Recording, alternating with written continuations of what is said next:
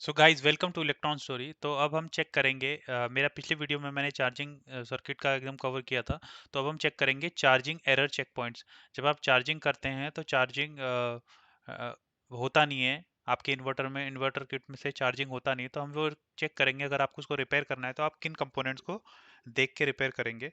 तो उससे आप इस वीडियो से आपको क्लैरिटी मिलेगी। मैंने पहले वीडियो में पूरे डिटेल सर्किट एनालिसिस किया है, वीडियो नंबर 5 में। तो अगर आप देखेंगे, ये वीडियो नंबर 6 है मेरा। तो वीडियो नंबर 5 में मैंने डिटेल एनालिसिस किया है किस तरह चार्जिंग चलता है। तो आप वो वीडियो जाके मेरे चैनल में देख सकते हैं। तो अब देखते हैं चार्जिंग एरर चेक पॉइंट्स क्या क्या हैं।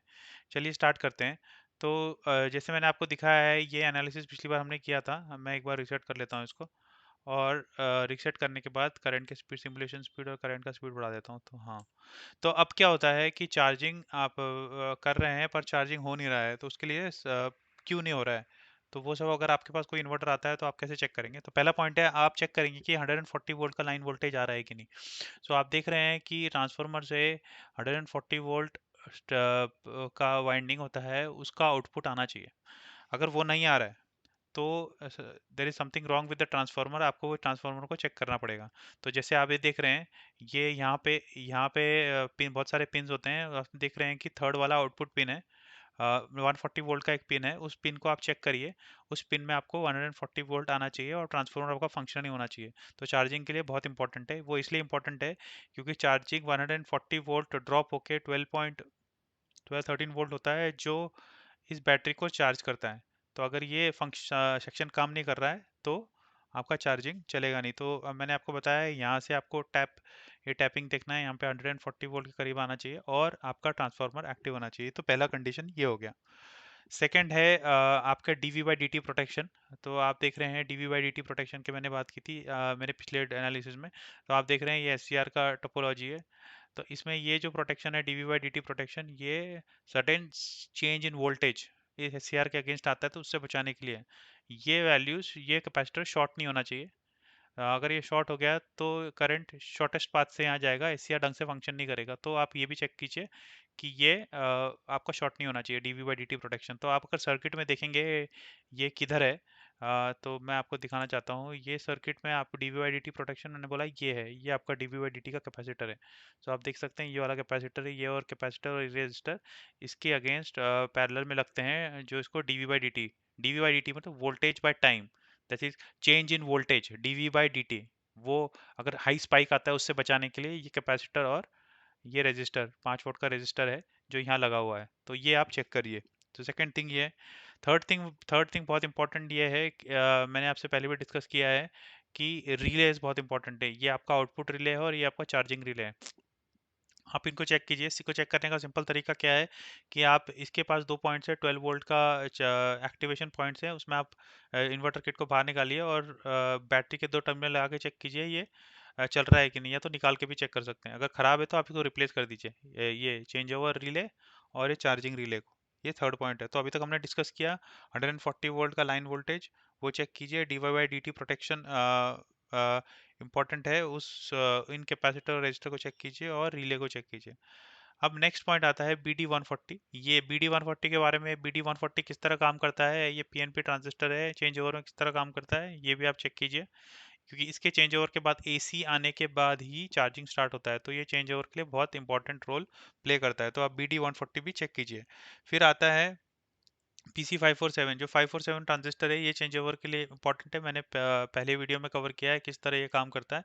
और यहाँ पे जब यहाँ से ऑप्टो को, ये मॉक आईसी को कंट्रोल्स आते हैं, तो ये चेंज ओवर में सर्किट को ग्राउंड और नॉट ग्राउंड करने के लिए काम आता है। तो इसके बारे में भी मैंने डिस्कस किया है। अगर नहीं किया तो मैं इस पर्टिकुलर आईसी को जब कवर करूंगा, इस वाले आईसी को मैं कवर कर चुका हूँ, इस पर्टिकुलर आईसी को भी जब मैं कवर करूंगा तब मैं डिस्कस कर लूंगा। तो ये वाले ट्रांजिस्टर को आप पक्का चेक कीजिए। ये दो तीन, ये ट्रांजिस्टर को पक्का चेक कीजिए आपका स्विच ओवर ट्रांजेक्शन के लिए। और इसके बाद जो नेक्स्ट इंपॉर्टेंट कंपोनेंट्स हैं आपके, ये ओपैम्प्स दिख रहे हैं आपको। ये ओपैम्प्स चारों ओपैम्प एक ही सर्किट के अंदर है, तो आप चार्जिंग के लिए ये ओपैम्प बहुत इंपॉर्टेंट है, तो आप इसको चेक कीजिए क्योंकि ये कनेक्टेड है यहाँ से चार्जिंग कट और चार्जिंग एम्पेयर बढ़ाने के लिए। तो आपको ये ओपैम्प चेक करना है। ये ओपैम्प इस चेंज ओवर ओपैम्प से कनेक्टेड है, इसका आउटपुट इस चेंज ओवर ओपैम्प से कनेक्टेड है। यहाँ पॉजिटिव लाइन आता है, उससे कनेक्टेड है ये। तो इसको भी चेक कीजिए और इसको भी चेक कीजिए और इन दोनों को रिप्लेस कर दीजिए। लो कॉस्ट आईसी है, LM324 ओपैम्प आईसी है, आप इस दोनों को रिप्लेस कर सकते हैं। तो ये नेक्स्ट है। फिर उसके बाद नेक्स्ट इंपॉर्टेंट कंपोनेंट है आपका, नेक्स्ट नेक्स्ट इंपॉर्टेंट कंपोनेंट है आपका मॉसफेट। आपको देखना है ये मॉसफेट्स यहाँ लगे हुए हैं, ये मॉसफेट को चेक कीजिए क्योंकि मॉसफेट बहुत इंपॉर्टेंट रोल प्ले करते हैं। मॉसफेट अगर आप आर्किटेक्चर देखेंगे मॉसफेट का, तो ये है मॉसफेट का आर्किटेक्चर। सोर्स टू ड्रेन, ये जो एक डायोड लग दिख रहा है आपको, ये डायोड चार्जिंग के लिए काम आता है, तो आपको आपका मॉसफेट सही फंक्शन करना चाहिए, ये डायोड तो डायोड ओपन नहीं होना चाहिए। तो आप देख रहे हैं मॉसफेट का, मैं वो डायोड आपको दिखाता हूँ। ये देखिए, ये मैंने दो डायोड बनाए हैं, तो ये डायोड है वो, तो ये डायोड है, ये एक्चुअली मॉसफेट है और मैं डायोड रिप्रेजेंट किया क्योंकि चार्जिंग में ये डायोड की तरह काम करते हैं। तो आपको चेक करना है कि ये कहीं शॉर्ट तो नहीं है, अगर ये शॉर्ट होंगे तो ये ढंग से चार्जिंग चलेगा नहीं। तो आपको मॉसफेट भी चेक करना बहुत ज़रूरी है। नेक्स्ट नेक्स्ट एलिमेंट है आपका एस जो एस है, आपका एस है, इसमें ये एस में गेट प्रोटेक्शन सर्किट मैंने लगाया नहीं यहाँ पे, पर यहाँ पे गेट प्रोटेक्शन सर्किट है जो कैथोड से इधर गेट की तरफ लगता है। इसमें रेजिस्टर डायोड और कैपेसिटर का कॉम्बिनेशन होता है, मैं आपको दिखाता हूँ।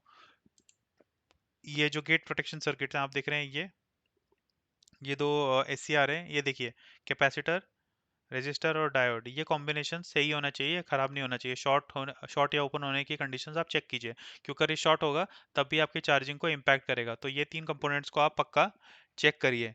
फिर उसके बाद यहाँ पे एक जीनर आता है, आप देख रहे हैं ये वाला 4.7 माइक्रोफेरेड 5 माइक्रोफेरेड कैपेसिटर के पैरेलल में एक जीनर आता है। ये जीनर जब चार्जिंग होता है, जब चार्जिंग इनिशिएट होता है तो चलता है। अगर ये 12 वोल्ट को रेगुलेट करने के लिए होता है, जो 12 वोल्ट मिलता है, अगर ये शॉर्ट हो गया तो आपका पूरा वोल्टेज ये इधर ले जाएगा, आपका चार्जिंग ढंग से चलेगा नहीं। तो आप 12 पॉइंट ये जो जीनर है इसको चेक कीजिए, जीनर समवेयर हियर है आपका, ये जीनर, ये रहा वो जीनर, ये जीनर को आप चेक कीजिए। 12.3 वोल्ट का जीनर है, तो आपको चेक कीजिए कि ये जीनर सही है कि नहीं, ये शॉर्ट नहीं होना चाहिए। और दूसरा इंपॉर्टेंट चीज़ है आपका, जैसे ये मॉक आईसी मैं बोल रहा हूँ, ये मॉक आईसी बहुत इंपॉर्टेंट है।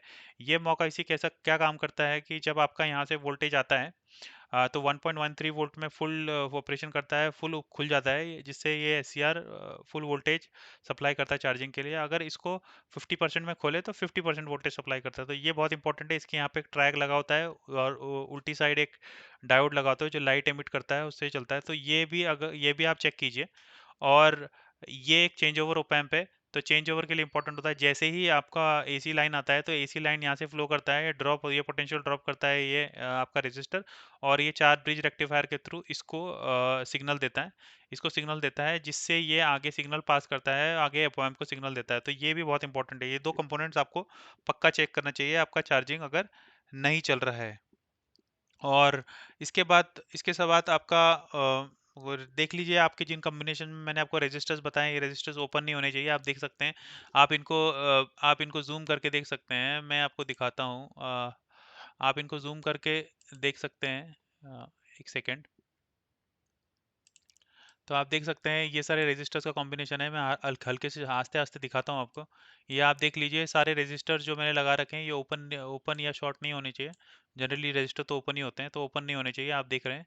तो आप इसका स्क्रीनशॉट ले सकते हैं मोबाइल में, ये सारे रजिस्टर्स हैं। तो आप देख लीजिए, ये रजिस्टर्स आपके जो लगे हुए हैं ये ओपन ओपन नहीं होने चाहिए।